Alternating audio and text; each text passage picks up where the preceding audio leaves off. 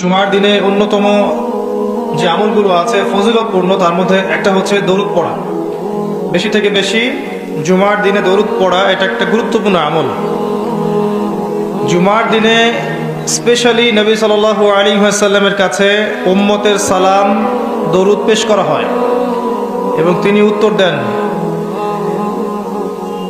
যে ব্যক্তি নবী সাল্লাল্লাহু আলাইহি ওয়াসাল্লামের উপরে একবার দরুদ শরীফ পড়বে, আল্লাহ রাব্বুল আলামিন তার উপরে 10 বার রহমত বর্ষণ করবেন ইনশাআল্লাহ। তার আমল নামা থেকে আল্লাহ পাক 10টা পাপকে মিটিয়ে ফেলবেন, 10টা নেকি লেখা হবে এবং তার মর্যাদা আল্লাহ পাক 10 গুণ বাড়িয়ে দিবেন। বলেন সুবহানাল্লাহ। এটা হাদিসে এসেছে, সবচেয়ে কৃপণ সেই ব্যক্তি যার সামনে নবী সাল্লাল্লাহু আলাইহি ওয়াসাল্লামের নাম উচ্চারিত হয় কিন্তু সে দরুদ পড়ে না, সাল্লাল্লাহু আলাইহি ওয়াসাল্লাম এই কথাটা বলে না। জুমার এই দিনে অনেক আমল আছে যেটা আপনাকে আল্লাহর কাছাকাছি নিয়ে যাবে ইনশাআল্লাহ, রাসূল সাল্লাল্লাহু আলাইহি ওয়াসাল্লামের সুপারিশ পাইয়ে দিবেন ইনশাআল্লাহ। তার মধ্যে একটা কাজ হচ্ছে বেশি বেশি দরুদ পড়া। পারবো ইনশাআল্লাহ? আপনি একটা টার্গেট নেন যে আমি এই জুমার দিনে 100 বার দরুদ পড়বো, পড়া যাবে? কেউ বাধা দিবে? আমি বলছি না 100 বারই পড়তে হবে, এটা আমি বলছি না, কিন্তু আমি সংখ্যা ফিক্স করতে বলছি না। আপনি একটা টার্গেট নিয়েছেন যে আমি 100 বার মিনিমাম পড়বো আজকে, কেউ বাধা দিবে? এটা কি বেদাত হয়ে যাবে?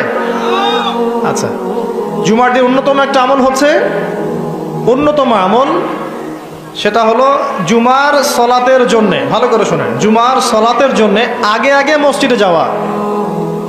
আমরা কি করি, প্রথম রাকাত হয়ে গেছে, দ্বিতীয় রাকাতের শেষ বৈঠক বাকি আছে, দৌড় দিয়ে মসজিদে যান।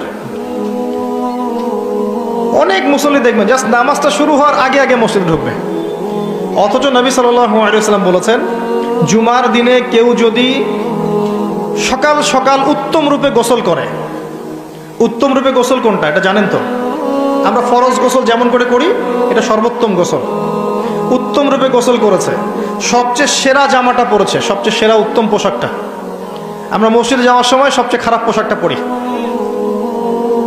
আর যদি দেখা যায় কোনো পলিটিক্যাল নেতা দাওয়াত করেছেন, সবচেয়ে সুন্দর কাপড় পরে গেলাম, দাঁড়ান, আপনি আল্লাহর সাথে মসজিদে দেখা করতে যাচ্ছেন, কেন সবচেয়ে নোংরা জামাটা পরে যাবেন? আপনি সবচেয়ে উত্তম পোশাক পরে যাবেন। দলিল দিব, ওই যে হাদিসে জিবরিল, জিবরাইল আলাইহিস সালাম মসজিদ নববীতে আসলেন, এসে নবী সাল্লাল্লাহু আলাইহি ওয়াসাল্লামের হাঁটুর সাথে হাঁটু লাগিয়ে বসলেন। ওই হাদিসের মধ্যেই আছে, দেখবেন, রজুলুন শরীদুল বায়াদু সিয়াব, একদম উত্তম ধবধবা কাপড় পরে সে মসজিদে এসেছে, প্রমাণ। তো জুমার দিনে যদি আপনি সবচেয়ে সেরা সুন্দর পোশাকটা পরেন, আগে উত্তম রূপে গোসল করেন, আতর খুশবু ব্যবহার করেন, ব্যবহার করে আপনি খুতবা শুরু হওয়ার আগেই, খুতবা মানে বয়ান, এটা শুরু হওয়ার আগেই আপনি পায়ে হেঁটে মসজিদে আসেন, ইমাম সাহেবের কাছাকাছি বসেন এবং মনোযোগের সাথে তার খুতবা শোনেন, কাউকে কষ্ট না দেন, এমনকি কারোর সাথে এতটুকু না বলেন যে চুপ করো। কেউ পাশে কথা বলছে, আপনি এতটুকু বলবেন না, চুপ করো। সাহাবায়ে কেরাম হাতের মধ্যে পাথর রাখতেন ছোট ছোট, যদি দেখতেন কেউ কোনো জরুরতে কথা বলছে, পাথর নিয়ে ঢিল দিতেন, মুখ দিয়ে বলতেন না, চুপ করো। এই কাজ যদি কেউ করে এবং ইমামের সাথে নামাজ শেষ করে, নবী সাল্লাল্লাহু আলাইহি ওয়াসাল্লাম বলছেন প্রত্যেক পদক্ষেপে 1 বছরের রোজা, 1 বছরের নফল নামাজের নেকি পাবেন। এই ফজিলতটা আপনি জুমার দিনে অর্জন করতে পারেন। কয়েকটা কাজ আবার বলছেন, প্রথমে উত্তম রূপে গোসল করা সকাল সকাল, তারপরে সবচেয়ে সুন্দর পোশাক পরা, আতর খুশবু ব্যবহার করা, পায়ে হেঁটে মসজিদে যাওয়া, বাহনে চড়ে নয়, অনেক দূরে থাকলে আলাদা কথা, পায়ে হেঁটে যাওয়া, তারপর ইমাম সাহেবের কাছাকাছি বসা, ইমাম সাহেবের কাছাকাছি বসে মনোযোগের সাথে খুতবা শ্রবণ করা, খুতবায় কোনো কথা বলবে না, কাউকে বিরক্ত করবে না, কাউকে কষ্ট দিবে না, এই যে ফোন নিয়ে টিপাটিপি করবে না, ঠিক আছে?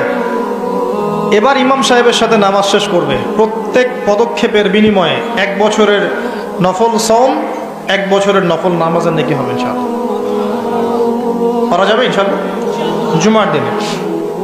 জুমার দিন আরেকটা আমল আছে, যদি পারেন করবেন, সবার পক্ষে হয়তো সম্ভব হয় না, তবে যে করতে পারবেন তার জন্য বিশাল ফজিলত আছে।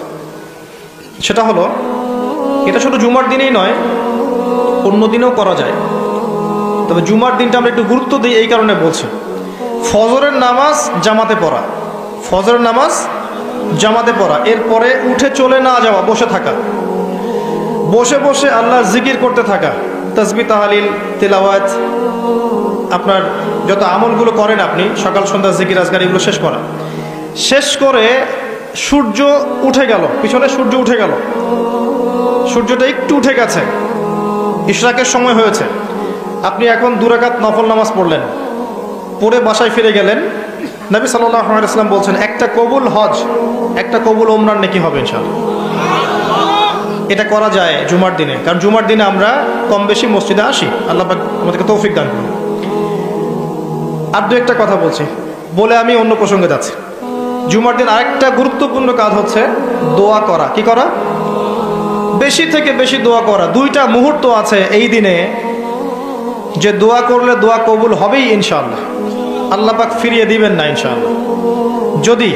যদি আছে, যদি আপনার আকীদায় শিরক না থাকে, যদি আপনার আমলের মধ্যে বেদাত না থাকে, এবং যদি আপনার রিজিকে হারাম না থাকে, ইনশাআল্লাহ দোয়া কবুল হয়ে যাবে। সময় দুটো হচ্ছে, ইমাম সাহেব খুতবা শুরু করেছেন, এখান থেকে সালাম ফিরানোর আগ পর্যন্ত, ইমাম সাহেব খুতবা শুরু করেছেন, এখান থেকে সালাম ফিরানোর আগ পর্যন্ত মনে মনে দোয়া করতে থাকবেন।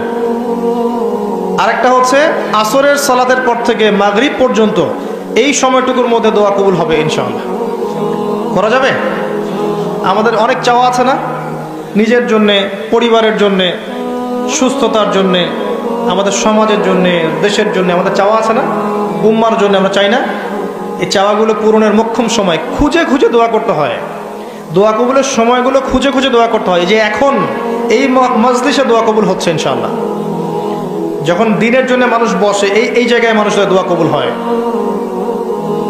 যখন বৃষ্টি পড়ে তখন দোয়া করলে দোয়া কবুল হয়, রাতের শেষ অংশে দোয়া কবুল করলে দোয়া কবুল হয়, আপনি মুসাফির মানুষ, দোয়া করলে দোয়া কবুল হয়, জুমার দিন এই ক্ষণগুলোতে দোয়া কবুল হয়, আজান হয়েছে, আজান এবং ইকামত এর মাঝখানে দোয়া কবুল হয়, সেজদা দিয়েছেন নামাজে, এই সেজদায় আপনার দোয়া কবুল হবে, ফরজ নামাজের শেষে সালাম ফিরানোর আগে এবং সালাম ফিরানোর পর দোয়া কবুল হয়। অনেক জায়গা আছে, যুদ্ধের মাঠে, জিহাদের মাঠে দোয়া কবুল হয়, অনেক ক্ষেত্র আছে দোয়া কবুল হওয়ার। আমাদের খুঁজে খুঁজে দোয়া করতে হবে। আমরা কি করি? দোয়া করানোর জন্য মানুষকে হায়ার করে নিয়ে আসি, ডেকে নিয়ে আসি। আপনার বাবা মারা গেছেন, আমি কি আপনার আবেগটা বুঝতে পারবো? আপনার ওই অনুভূতিটা কি আমি ফিল করতে পারবো? আপনার সন্তান অসুস্থ, আমি কি ফিল করতে পারবো আপনার সন্তানের জন্য আপনার মনটা কেমন করছে? তখন আপনি দাঁড়িয়ে যাবেন নামাজে, আপনি দোয়ার জন্য হাত উঠাবেন, ইনশাআল্লাহ চোখের পানি ছেড়ে দেবেন, আল্লাহ পাক দোয়া কবুল করবেন।